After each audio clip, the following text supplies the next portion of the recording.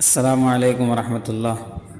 سامعین سے گزارش کی جاتی ہے کہ ہمارے چینل اتحاد الانصار میں جن کتابوں کی آڈیو ریکارڈنگ ہوئی ہے انہیں بھی سنیں اور اپنے دوست و احباب میں اسے شیئر کریں۔ آپ کی آسانی کے لیے ان کے لنکس ڈسکرپشن میں دے دیے گئے ہیں، اور ہمارے چینل کو سبسکرائب کرنا نہ بھولیں۔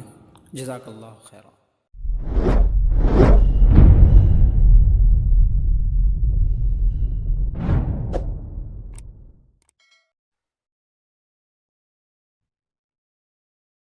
بسم اللہ الرحمن الرحیم۔ مسلمان ہوتا کون ہے اور اس کا مزاج کیسا رہتا ہے، اس کی ایمانی قوت کیسی رہتی ہے، دنیا کو دیکھ کو نے کیا چیز اپناتا ہے، کیا چیز حاصل کرتا ہے، کس سے ڈرنے والا ہوتا ہے، یہ ساری چیزیں سمجھنا، اور سمجھنے کے واسطے ہمارے لیے جو ہے وہ حضرات صحابہ کرام کے واقعات رضوان اللہ علیہم، اللہ کے نبی صلی اللہ علیہ وسلم ان کے بارے میں بولے اصحابی کالنجوم بأیہم اقتدیتم اہتدیتم، میرے صحابہ جو ہے وہ ستاروں کے مانند ہیں، ان میں سے تم جس کی بھی اقتدا کر لو گے کامیاب ہو جاؤ، ہدایت پا جاؤ۔ تو انہی میں سے ایک واقعہ ہے کہ حضرت ربیع بن عامر رضی اللہ تعالیٰ عنہ کی رستم سے گفتگو۔ رستم ایک پہلوان، ایک دور کا بادشاہ ہے، اب اس سے جو ہے ایک صحابی ملاقات کرنے جاتی تو کیا انداز سے اس کے سامنے پیش ہے۔ حضرت خالد بن ولید رضی اللہ تعالیٰ عنہ کی امارت و سرکردگی میں ایک لشکر ایرانیوں سے مقابلے کے لیے گیا۔ ایرانی لشکر کا سپہ سالار مشہور زمانہ پہلوان و بہادر رستم تھا۔ سپہ سالار مطلب معلوم نا، کمانڈر، پوری فوج کو نے کیا کر رہا ہے، رہبری کر رہا پوری فوج کی، کون تان کھڑنا، کون تیر اندازہ کار ہونا، تلوار سے لڑنے والے کار ہونا، گھوڑے پر بیٹھ کر لڑنے والے کار ہونا، ایک دم بہت بڑا پہلوان اس دور کا۔ اب اس سے لڑنے کے واسطے جو ہے حضرت خالد بن ولید رضی اللہ تعالیٰ عنہ کے ابنوں سپہ سالار مسلمانوں کی ٹیم کے جو ہے کمانڈر ہوں۔ اب انہوں کیا کرے، حضرت خالد بن ولید رضی اللہ تعالیٰ عنہ نے رستم کی درخواست پر حضرت ربیع بن عامر رضی اللہ تعالیٰ عنہ کو اس سے بات چیت کے لیے بھیجا۔ اب وہ ایک طرف کا ایک آدمی آتا ہے، ہمارے لشکر سے ایک آدمی جاتا ہے، ان کی طرف سے ایک آدمی آتا ہے، تو یہاں سے جو ہے حضرت ربیع بن عامر رضی اللہ تعالیٰ عنہ بھیجا۔ اب یہاں آگے کیا آتا ہے، رستم کیا کرے، حضرت ربیع بن عامر رضی اللہ تعالیٰ عنہ کیا حالت میں گئے، اب انہوں کیسا اس کے سامنے پیش ہے، آگے آتا۔ ایرانیوں نے رستم کا دربار خوب سجا رکھا تھا، ریشم کے گدے، بہترین قالین، سونے اور چاندی کے چیزیں اور دیگر اسباب زینت سے آراستہ کر دیا تھا۔ اب آدمی اٹریکٹ ہونا کو تو اب مثال کے طور پر کون سا ایک نیا گھر بناتا ہے، نیا گھر بنا کو کیا کرتا انہیں خوب سجاتا ہے، گھر کو خوب سجا کیا کرتا ہے، کیا واسطہ سجاتا ہے گھر، تاکہ لوگ اٹریکٹ ہوں میرے پاس۔ اب انہیں اپنا ڈر دکھانا، اپنا دھاک بٹھانا کیا کرتا انہیں باہر گنا، تلواراں آدمیاں کو رکھتا ہے۔ نہیں، اگر آدمی نرم دل رہا، انہیں خوشی سے کسی کو بلانا چاہ رہا ہے تو انہیں کیا کرتا ہے، ان کے واسطے آرام کی چیزیں رکھتا ہے، کسی طرح بھیجتا ہے اوپر بلا لگانے، ان کی چیزاں اٹھانے واسطے کسی طرح بھیجتا ہے تو خود اٹھانے واسطے آ جاتا ہے۔ نہیں تو دربار سجایا کیا، ایک دم ریشم کے تھیلیاں، ریشم کی قالین، سونے چاندی کی چیزیں، برتنہ سونے چاندی کی، اور محل ایک دم کھڑکو ایسا بات چیت نہیں ہوتی تھی، ایک خیمہ لگتا، چھوٹا ٹینٹ لگتا، ٹینٹ میں کیا ہے جا کر بیٹھ کو کیا کرتا ہوں نا بات۔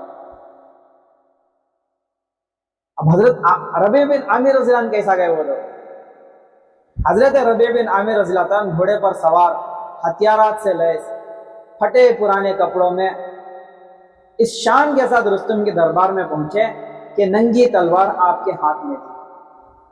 ایک طرف ایران سپر پاور، ایک دم سپر پاور ایران، فارس، اور اس کا چیف کمانڈر رستم،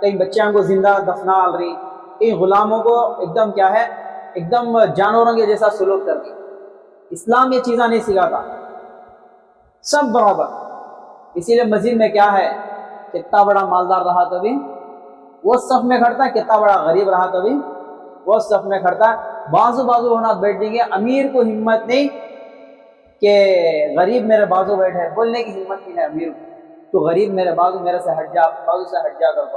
اور غریب کے دل میں بھی یہ ڈر نہیں آتا کہ انہیں امیر میں اس کے بازو میں کیسا بیٹھوں گا، آتا ہے۔ اسلام سکھاتا ہے کہ جو ہے آقا اور غلام جو ہے وہ اللہ کے نزدیک سب برابر۔ اگر کسی کا مقام ہے تو وہ ہے اللہ سے ڈرنے والوں کا، تقوی والوں کا مقام۔ جو جتنا اللہ سے ڈرتا ہے اتنا بڑا مقام اللہ کی، ورنہ تو ہر انسان جو ہے سب برابر۔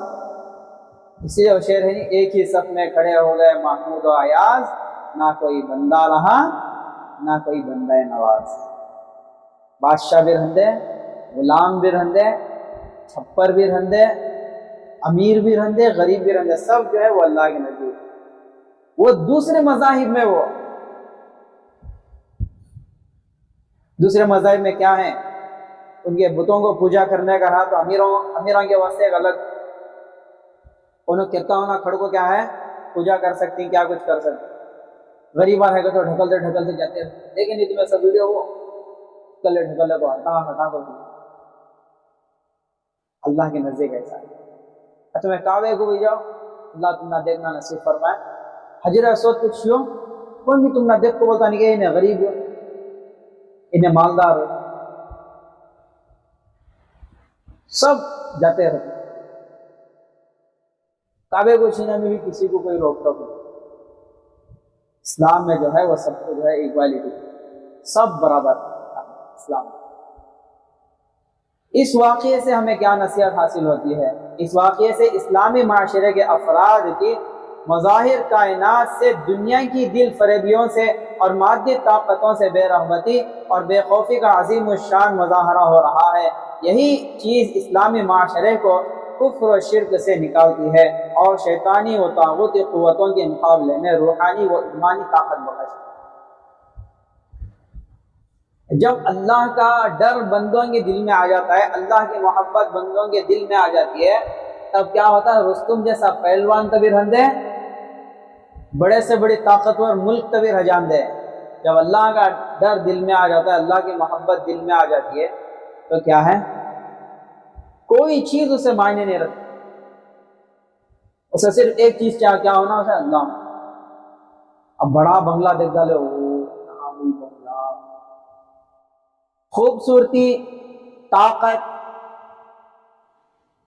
اسے متاثر نہیں کرتی، اس سے انہیں انسپائر نہیں ہوتا، انہیں ایک طاقت اور آدمی دیکھ ڈال، ہاں انہیں مجھے مار والا ڈر نہیں پیدا ہوتا۔ جب اللہ کا ڈر دل میں رہتا، سمجھ میں آ رہا ہے؟ جب اللہ کی محبت دل میں آتی ہے، کوئی خوبصورت چیز اسے بھانی، کوئی چیز اسے انسپائر نہیں کرتی۔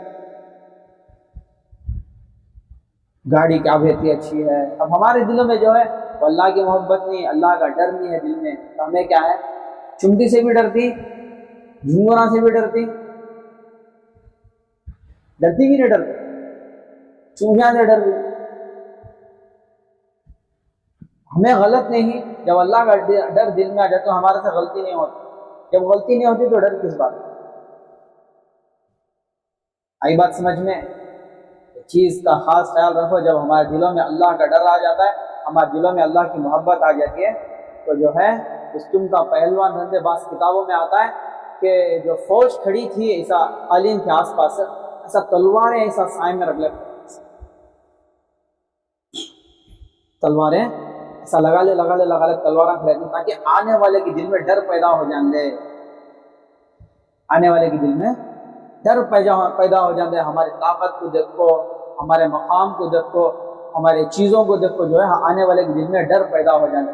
اور حضرت کیسا جاتی، جو قالین بچھا لے گا اتنی قالین کو پھاڑ لے گا، یہ ہوتا ہے اللہ سے ڈر۔